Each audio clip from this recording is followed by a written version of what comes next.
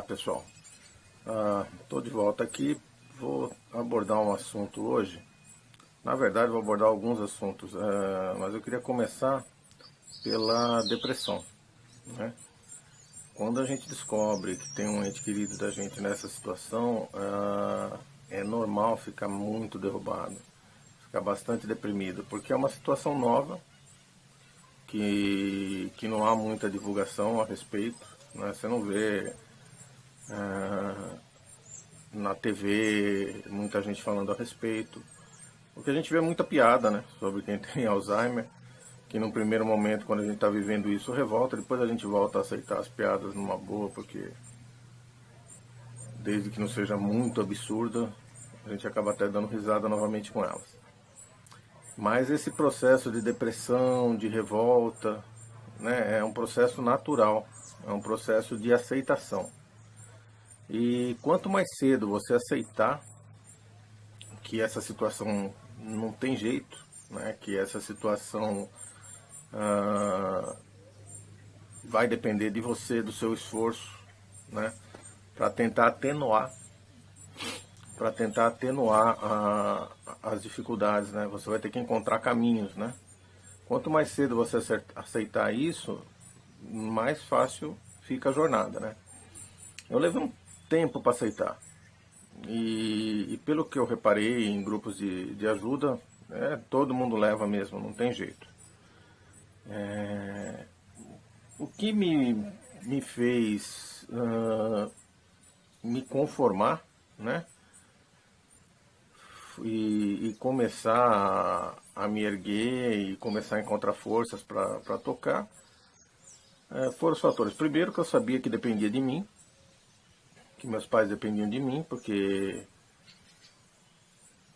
eu já havia visto que com exceção do meu irmão caçula, os demais não iam mover uma palha.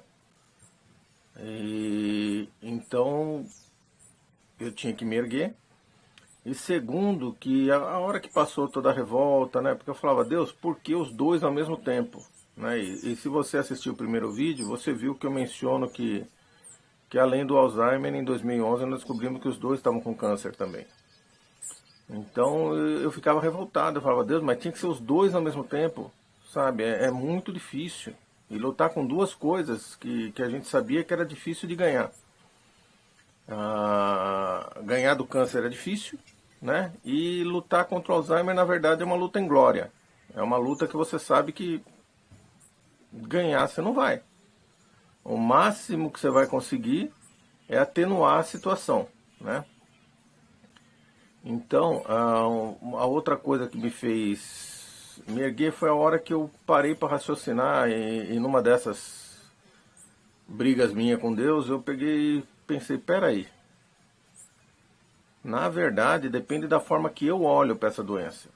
Porque se eu parar para olhar, é aquela história do copo cheio e copo vazio, né? Se eu parar para olhar bem, na verdade, Deus está me dando uma chance, né? Uma chance de retribuir para os meus pais o que eles fizeram por mim, uma chance de ir me despedindo aos poucos, porque tem filhos que não têm essa oportunidade. Tem filhos que o pai sai para ir numa padaria comprar um pão, e ou é atropelado, ou é assaltado e não volta, né? E não tem chance de ir se despedindo. Eu, graças a Deus, Deus me deu a oportunidade de ir aos poucos curtindo cada momento com eles, né? Então, quando eu dou um abraço na minha mãe, quando eu dou um beijo na minha mãe, quando eu dou um abraço no meu pai, quando eu dou um beijo no meu pai, eu procuro guardar aquele momento dentro de mim, guardar aquela sensação, porque eu sei que um dia eu vou precisar. Eu sou um cara corajoso, destemido, eu sou um cara que enfrenta problemas, né, e tive vários ao longo da minha vida. Estou com 51 anos e o que não faltou para mim foi problema, mas eu não estou preparado para ver os outros morrerem em volta de mim. Eu estou preparado para morrer, eu não tenho medo da morte, mas eu tenho muito medo de ver as pessoas que eu amo morrer. É uma coisa pela qual eu minha cabeça não está pronta, né? Eu não sei se acho que nunca vai estar. E então eu coloquei na minha cabeça isso, que na verdade Deus está me dando uma oportunidade de guardar esses momentos com eles, de procurar ter mais momentos bons com eles, de procurar dar mais carinho, né? E o que eu estava falando da sensação, de guardar a sensação de um abraço, de um beijo, né?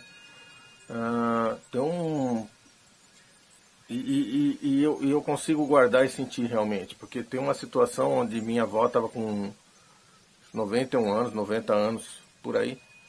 Eu não me recordo se ela morreu com 92 ou 93, mas eu acho que ela morreu com 92.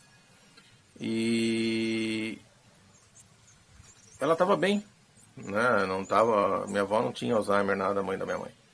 E num determinado momento eu cheguei na casa dela para visitar e ela cochichou no meu ouvido: eu te amo, filho. Eu tenho essas palavras em mim até hoje. Eu falo e eu escuto ela falando para mim. Eu tenho a cena na minha cabeça, né? Então foi uma coisa que é uma sensação gostosa que eu tenho, que eu consegui guardar e reviver ela, né? Lógico que cada vez que eu falo eu me emociono. Era uma pessoa que eu amava muito. E hoje eu faço a mesma coisa com a minha mãe e com meu pai. Quando a gente tem um momento único assim de carinho, de abraço, eu tento guardar aquela sensação. Como eu disse, eu sei que eu vou precisar, né? Na verdade, eu sempre disse, né? Eu espero nunca precisar, porque eu esperava morrer antes de todo mundo para não ver ninguém morrer. Eu sou covarde nesse ponto. Como eu disse, eu sou muito corajoso para outras coisas. Para enfrentar a morte de pessoas que eu amo, eu sou extremamente covarde. Então, acho que você que está nessa situação, deprimido, sem saber o que fazer, procura segurar isso em você. Em vez de ficar vendo só o lado ruim, por que Deus, por que isso, por que eu estou vendo minha mãe definhar, não sei o quê. Procura pensar. Você está vendo sua mãe definhar, você está vendo seu pai definhar, sua sogra, seu avô, não sei quem que é que você está cuidando, mas procura pensar que também você está tendo uma oportunidade para dar bastante carinho, para receber bastante carinho, para guardar sensações, para cumprir o seu dever, porque eu acho que é dever do filho, é dever do neto, é dever de qualquer ser humano cuidar de um idoso que esteja precisando. E eu procurei passar esses conceitos para os meus filhos. Espero, caso um dia eu venha precisar, que eles coloquem isso em prática. E creio que vão colocar, né? Principalmente minha filha de 13 anos, como eu disse, hoje ela já cuida, né? Hoje ela já ajuda nos cuidados com meu pai e com a minha mãe. Então procura se agarrar nisso. Procura se agarrar que você está tendo uma oportunidade que muitos não têm, né? Muitos, a pessoa sai, está em casa e tem um piripaque e já era, né? E a gente tem a tendência de deixar sempre para o dia seguinte. Amanhã eu vou visitar meu pai porque hoje eu tenho que pagar uma conta. Amanhã eu vou fazer não sei o quê porque hoje eu tenho que trabalhar. Amanhã eu vou, amanhã eu vou, amanhã eu vou. E de repente esse amanhã você não vai ter, né? Então, se você escolheu ser cuidador, se você foi escolhido por Deus para ser cuidador, faça isso. Raciocine desse jeito que vai te ajudar a sair da depressão. E saia o mais rápido possível. Sacode a poeira e dá a volta por cima. Outro assunto que eu queria abordar é a questão do cuidar ou colocar numa casa de repouso, numa instituição de idosos. Para isso não tem regra, né? O que tem que ser visto aí nesse caso é: você está preparado para cuidar? Preparado no sentido disponibilidade de tempo, preparado no sentido estoque enorme de paciência, porque precisa. Primeira coisa, vamos falar de disponibilidade de tempo.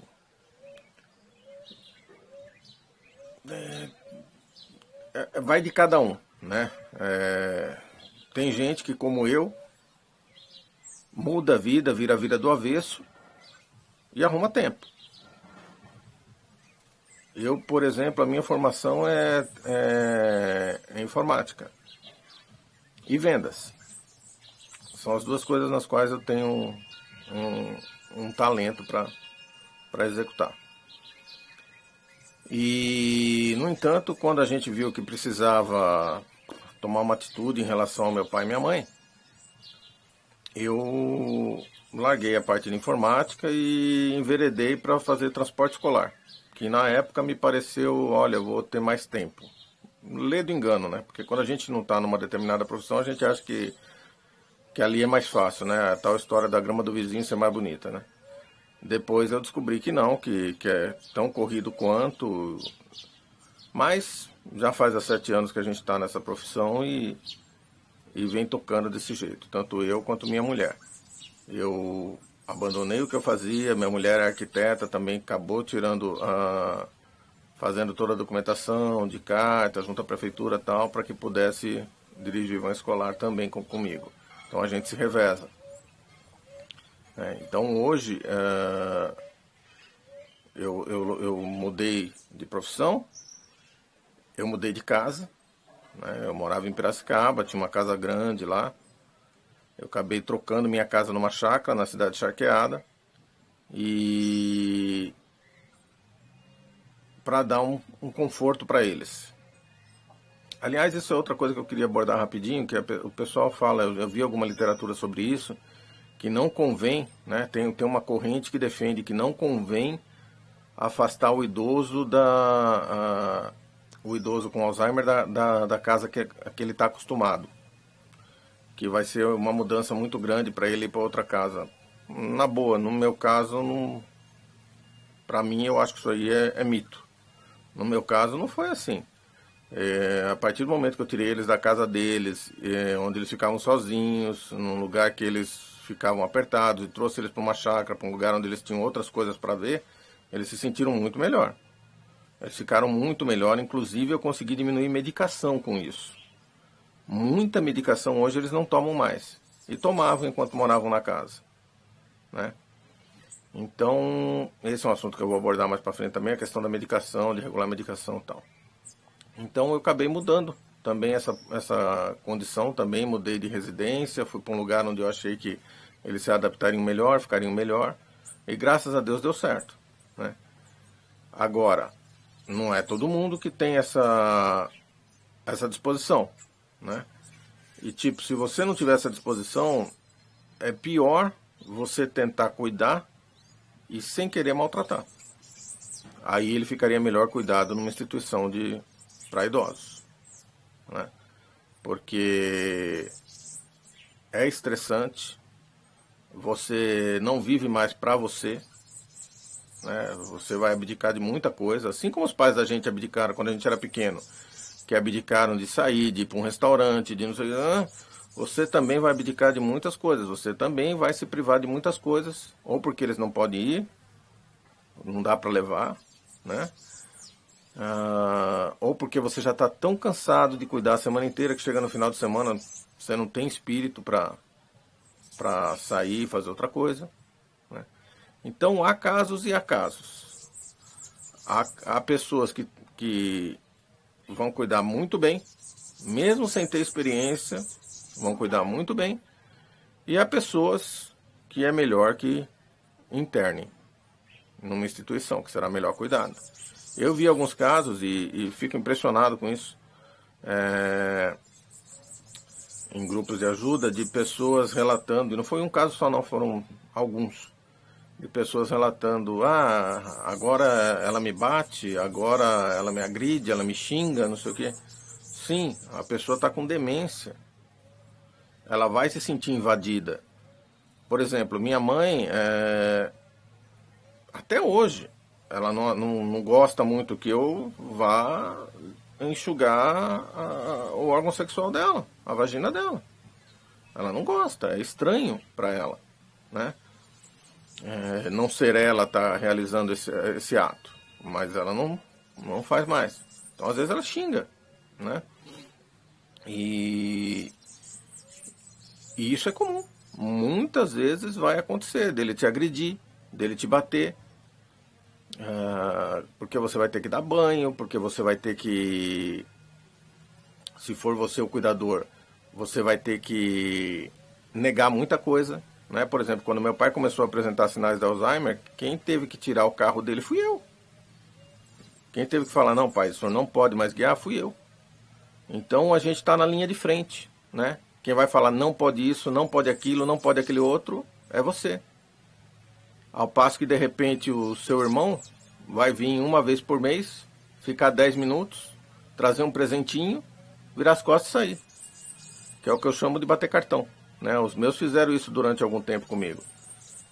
Mas aí eu fiquei tão revoltado que, graças a Deus, consegui terminar com isso. Porque para vir bater cartão, a gente não precisa de ninguém. Para vir ficar 10 minutos, trazer um chinelinho havaiana, virar as costas e sair, aí depois, você que ficou a semana inteira cuidando do seu pai, cuidando da sua mãe, ver seu pai e sua mãe falando, ai, olha que bonitinha, ela gosta de mim, ela trouxe. Então isso revolta quem está cuidando. Porque o serviço da gente não vê, né? Então eu estava dizendo que eu vi muitas vezes em grupo de ajuda, a pessoa falar, ah, mas ela me batia quando eu era pequeno, ela me xingava quando eu era pequeno, e agora ela me bate e me xinga de novo. Quer dizer, você vê que a pessoa está revoltada. Uma pessoa revoltada não pode cuidar de uma pessoa com Alzheimer. Não pode e não deve, porque vai perder a paciência. Então é preferível que interne. É a melhor coisa. Agora, se dizer que eu não perco a paciência, às vezes também perco. A gente perde, todo cuidador perde a paciência, né? Às vezes a gente fala coisa que não deve, às vezes a gente explode, é natural. A gente é ser humano, né? A gente é ser humano, a gente tem a vida da gente já tem os problemas da gente, que viver já é difícil para qualquer um hoje em dia, principalmente brasileiro, viver já é complicado. Aí você absorve os seus problemas, absorve os problemas de todo o resto, e tem hora que não dá, tem hora que a gente explode. E é natural. E isso acontece comigo, isso vai acontecer com você, isso acontece com todo mundo. Dá um remorso desgraçado, mas no minuto seguinte. Se você ama, se você gosta, o remorso bate violento. Por quê? Porque aí vem, nossa, ele tem demência e eu estou sendo mais demente do que ele porque perdi a paciência. Né? Dá um remorso violento. Mas, o que eu tenho feito? Ontem mesmo foi um dia desses. Minha mãe, por ter tido câncer, ela ainda está em tratamento de manutenção. E ela se recusa a tomar água, ela se recusa a tomar remédio. É um baile para dar remédio para ela. E eu tenho que medicar ela diariamente por causa da manutenção do câncer. E assim como tem que medicar com os remédios do Alzheimer. Mas o do Alzheimer, se ficar um dia sem, dá, sabe? Se ela cuspir o remédio do Alzheimer, você tem outro, você coloca. O remédio para câncer é o convênio que fornece, custa uma fortuna. E vem contado para os 30 dias. Então, se ela cuspir, é problema. E ontem foi um dia que ela não queria, porque não queria tomar. E eu vi, num vídeo também na internet, uma das cuidadoras relatando que uma das coisas que ela fazia era, quando a situação estava muito difícil, que ela via que ela ia perder a paciência, que ela se afastava, deixava aquela atitude que ela estava tomando, como no caso eu ontem. Eu deixei de tentar dar o remédio e me afastei. Respirei fundo, contei até 10, até 20, sei lá até quanto eu contei, e voltei. Eu voltei mais calmo, sem ter explodido com ela, e consegui dar o remédio. Foi de golinho, engolinho, engolinho, engolinho, e ela tomou o remédio. Então é isso, uma dica é essa, né? Para não passar do ponto, se afasta, seja lá o que for que você esteja fazendo. Se tiver ponto para dormir, se tiver ponto para comer, se estiver indo dar banho, se afasta. Se houver uma outra pessoa que pode te ajudar, isso eu tenho feito com a minha esposa. Quando ela percebe que eu me afasto, ela às vezes assume a posição, né? Se houver uma segunda pessoa para assumir a posição, beleza. Se não houver, se afasta, que você vai se acalmar. É bem melhor do que sentir o remorso depois. É bem melhor do que no minuto seguinte ficar, meu Deus, por que que eu falei isso? Né? Meu Deus, por que que eu gritei com ela? Né? Então se afasta, respira fundo e volta aqui, que vai dar tudo certo, tá bom? Então por hoje são esses assuntos, esses dois assuntos que eu abordei. E amanhã tem mais, amanhã eu vou abordar mais alguma coisa. Fiquem com Deus.